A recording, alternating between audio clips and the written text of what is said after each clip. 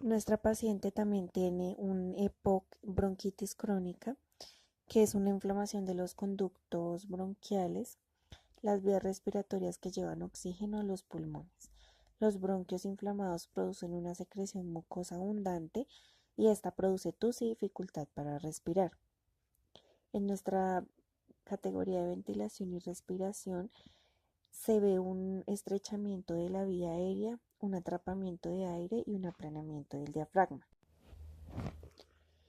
Estas transmiten a los centros respiratorios del bulbo y la protuberancia y son enviados a la corteza cerebral. Se origina una sensación de disnea, incrementa la fuerza requerida para distender los pulmones. Hay pérdida de la relación normal entre las eferencias motoras y los cambios de la longitud muscular y el volumen pulmonar. Se produce un alineamiento inapropiado de los nervios de los usos que perciben la tensión en relación con la longitud del músculo. Se produce una sensación desagradable de respiración insuficiente para la tensión generada por los músculos respiratorios. Aumenta el consumo de oxígeno y el consumo energético y pues este va a afectar nuestro autocuidado y vida doméstica. Del mismo modo, veremos afectada la ventilación y respiración, donde hay una modificación en la mecánica ventilatoria con disminución de los volúmenes pulmonares, dados en disminución del 40% de la capacidad inspiratoria y disfunción del 30% de la capacidad funcional residual.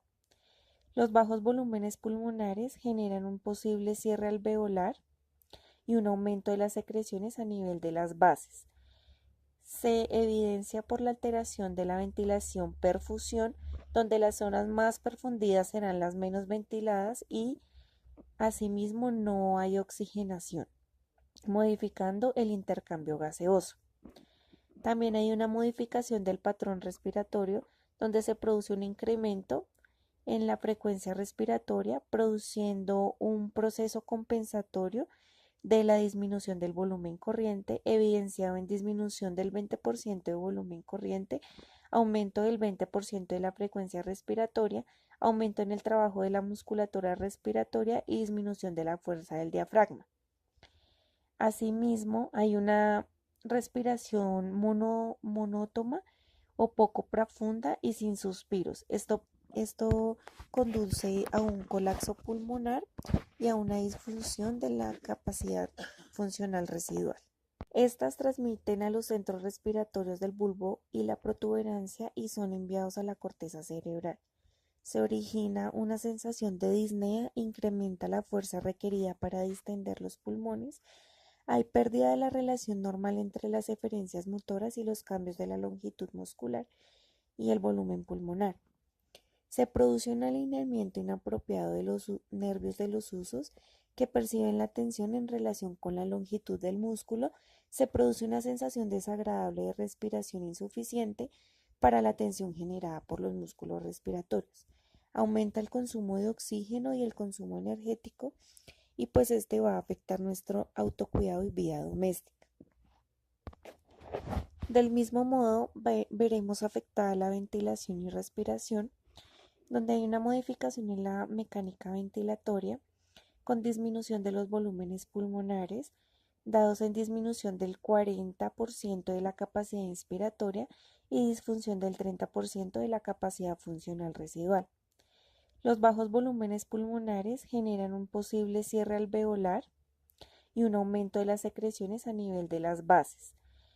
Se evidencia por la alteración de la ventilación-perfusión, donde las zonas más perfundidas serán las menos ventiladas y asimismo no hay oxigenación, modificando el intercambio gaseoso. También hay una modificación del patrón respiratorio, donde se produce un incremento en la frecuencia respiratoria, produciendo un proceso compensatorio de la disminución del volumen corriente, evidenciado en disminución del 20% de volumen corriente, aumento del 20% de la frecuencia respiratoria, aumento en el trabajo de la musculatura respiratoria y disminución de la fuerza del diafragma. Asimismo, hay una respiración monótona o poco profunda y sin suspiros. Esto conduce a un colapso pulmonar y a una disfunción de la capacidad funcional residual.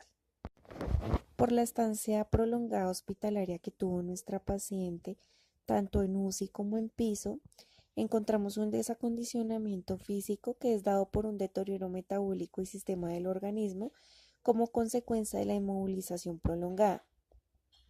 Esta se evidencia por la disminución en la producción de ATP, menor utilización de glicógeno y disminución en la síntesis proteica.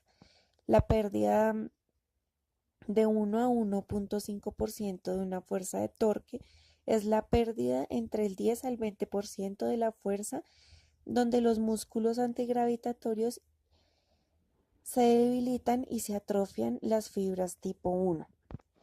Estos factores limitarán la realización de movimientos con ejecución fina en miembros superiores y ejecución gruesa en el resto del cuerpo. No se efectúa un control y mantenimiento voluntario en la postura y patrones de movimiento. Asimismo, vemos una alteración en la función motora. Como vemos una alteración en las fibras del músculo, asimismo vemos una alteración en el funcionamiento de los mismos, hay una alteración en el desempeño muscular.